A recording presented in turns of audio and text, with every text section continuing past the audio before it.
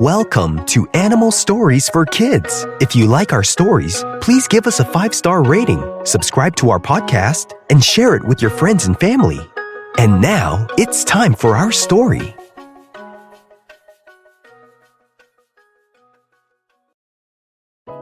Once upon a time, there was an Andrena named Zilpa. Zilpa the Andrena lived near a peaceful meadow that was surrounded by tall grass and blooming wildflowers. Zilpa was a very thoughtful and mindful bee, always considering the needs and feelings of others, and doing whatever she could to make the world a better place, in her own little way, which was being kind and considerate to others. Like all Andrenas, she was a solitary bee who preferred to live alone, digging her burrow and living in the soft earth. One warm spring day, Zilpa decided it was time to find a new place to make her home. She buzzed around, searching for the right spot. Zilpa the Andrena wanted to be sure that her burrow wasn't too close to any other insects' homes because she understood how important it was for everyone to have their own space. She knew she wouldn't want to be bothered or forced to live next to another bug who just happened to make their home too close to hers. Zilpa the Andrena flew over patches of loose dirt, but each time she found a spot, she noticed that it was either too crowded with other insects or too close to other burrows. Not here, she hummed to herself. This one's too close to that beetle's nest. She buzzed away to another patch. But then she noticed a line of ants marching nearby. Oh no, this won't do either. The ants might need their path clear, she said to herself. Finally, after much searching, Zilpa found a perfect spot. It was a patch of loose dirt, far from any other burrows or insect homes. She checked all around to make sure she wouldn't be disturbing anyone, and that no one was too close to disturb her. Satisfied with her choice, Zilpa the Andrena got to work. Digging was hard work, but Zilpa the Andrena was determined. She carefully dug into the earth, making her burrow just the right size for herself. She used her strong legs to dig out a small opening, and then got to work on a tunnel. And then she started digging out the perfect chamber for herself to relax in.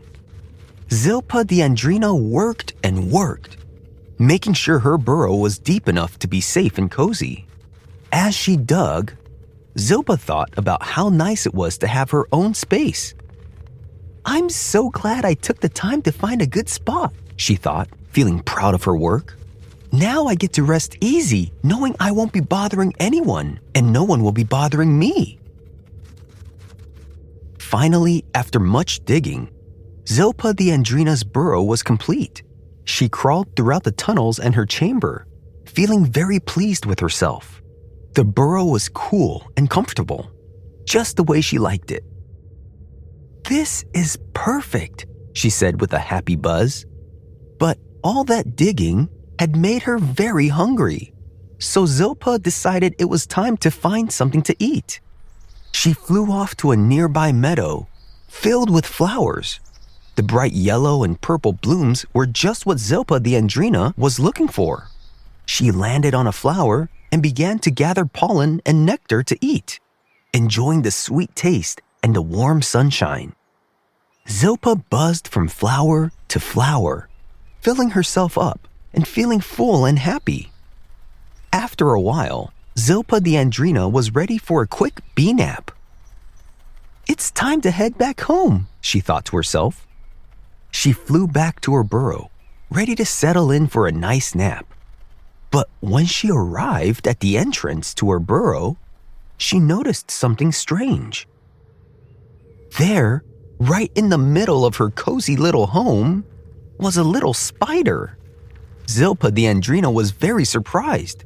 She had taken such care to make sure her burrow was in a spot where she wouldn't bother anyone. And now, here was a spider right in her home. The spider was small, with long legs and a calm look on its face. It didn't seem to be doing anything harmful, just sitting there, enjoying the coolness of the burrow. Excuse me, Zilpa said politely. "This is my burrow. I spent a lot of time making sure it was in a place where I wouldn't bother anyone. And now you're in my space. Could you please leave?" The spider looked at Zilpa the Andrena with big eyes and said, But it's so hot outside, and your burrow is so nice and cool. I didn't mean to bother you, but it's so comfortable in here. Can I please stay just a little longer?" Zilpa didn't know what to do. She didn't want to be rude, but she really liked having her own space. She tried to think of a way to convince the spider to leave. "Maybe if I dig a little more, the spider will get the idea that it's my place," she thought to herself. So Zilpa the Andrena started to dig, and some of the dirt was being tossed in the direction of the small spider.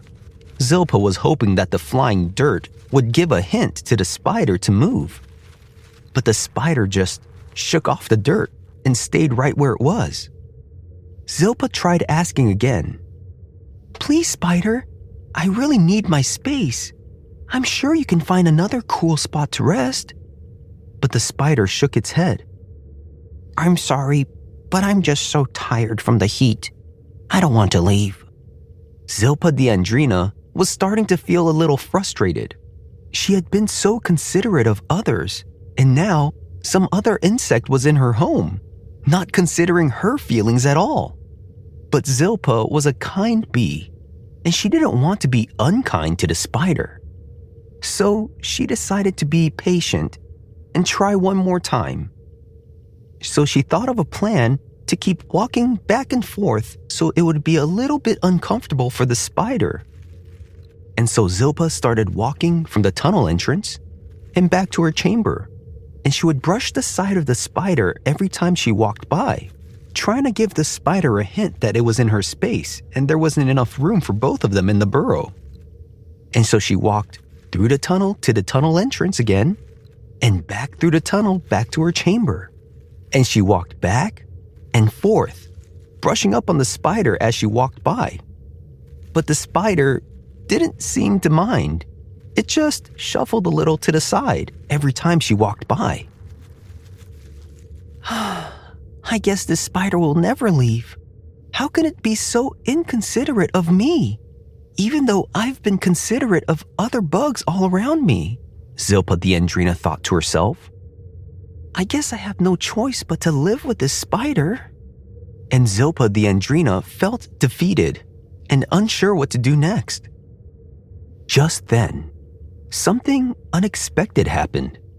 The spider's eyes widened, and it suddenly scurried out of the burrow as fast as it could. Zilpa the Andrena was surprised. What happened? She wondered. As Zilpa looked around, she noticed a worm had squirmed into her burrow. The worm looked up at Zilpa the Andrena and said, "Oh, I'm sorry. I didn't mean to scare your guest away. I was just passing by and checking out this burrow." Zilpa laughed. "It's okay. You didn't scare me. And I think the spider needed to be reminded that others might need space too." The worm nodded in agreement and said, "It's important to be considerate of others, but sometimes not everyone understands that right away. I'm sure the spider didn't mean any harm, and maybe next time they'll remember to be considerate too." Zilpa the Andrena smiled and said, "You're right. Thank you for helping me see that." Then the worm waved its tail and then squirmed away. And Zilpa was finally alone in her burrow again. She curled up in her cozy space, feeling happy that she had been patient and kind, even when things didn't go as she expected. And as she was drifting off to sleep, Zilpa the Andrena thought about how important it was to give others space and to be understanding when others didn't do the same. In the end, Zilpa learned that even though not everyone would always be as considerate as she was, it was still important to be kind and patient. And who knows, maybe the spider would remember Zilpa the Andrena's kindness and be more considerate next time. And even if it didn't, at least Zilpa can hold her head up high, knowing that she was kind no matter what. And with a light buzz, Zilpa fell to a deep sleep, dreaming of sunny meadows and the sweet scent of flowers, knowing that she had done her best to make the world a better place, one little act of kindness at a time. And the Andrena lived happily ever after. The end. The Andrena is a genus of bees with over 1,500 species, and they can be found almost worldwide, with the exception of Australia and South America. Andrena bees are spread across the world, mostly in the northern hemisphere. Andrena bees are commonly known as mining bees because of their ground nesting lifestyle. They are ground nesting bees, digging tunnels in sandy or loose soil to create their nests. There are so many different kinds of Andrenas, but they have the commonality of burrowing in the ground to make their nests. Andrena bees are solitary, which means they usually live on their own. Female Andrenas dig individual burrows in the ground, usually in loose soil or sand. These burrows can be quite deep and can contain multiple cells that provide a mixture of pollen and nectar for the bees. After laying eggs in each cell, the Andrena females seal it off, making it secure until the larvas form. Some of the species can nest in large groups, but each female still operates independently, caring for her own babies without the cooperation of others. Andrena bees have many predators, including other insects, birds, and mammals. Their ground nesting habits make it a little easier for other insects to invade their nests. Andrena bees usually have no social structure or division of labor that are found in other bees, such as honeybees or bumblebees. Each female is responsible for her own offspring without much care from a community of other bees or hierarchy. Although Andrena bees are solitary and live on their own for most of the time, some Andrena species may nest near each other, but there is usually no cooperation between the females, and each tends to her own babies. Andrena bees are among the first bees to emerge to come out in the spring to be in perfect timing with the blooming of early season flowers. This allows them to get nectar and pollen before other types of pollinators. Usually after the spring season, adult Andrena bees die off, and their larva continues to develop underground, going through all the stages until they become full-grown mining bees. The adult Andrena bees do not emerge until the following spring.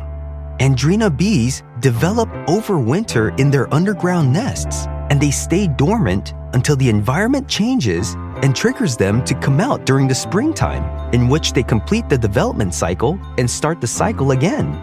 Andrena bees are generally small to medium-sized, ranging from about 7 to 15 millimeters in length, depending on the species.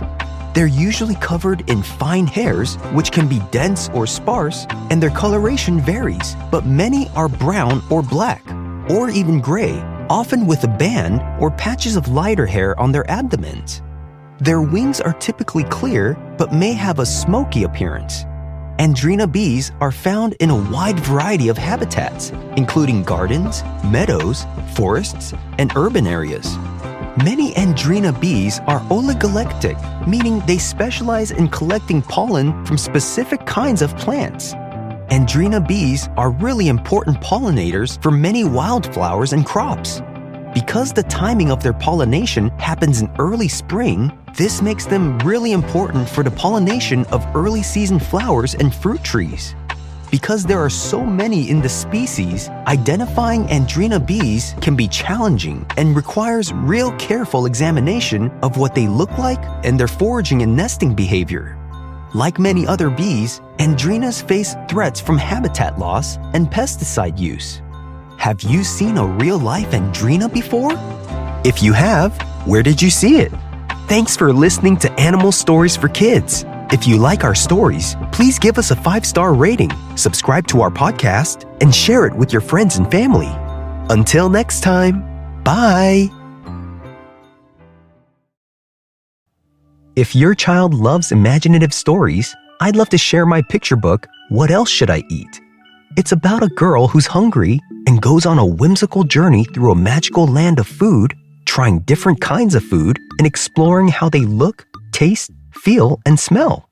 It's a fun way to show kids that eating different kinds of food can be exciting. The book is perfect for ages 3 to 6, and older kids enjoy it too.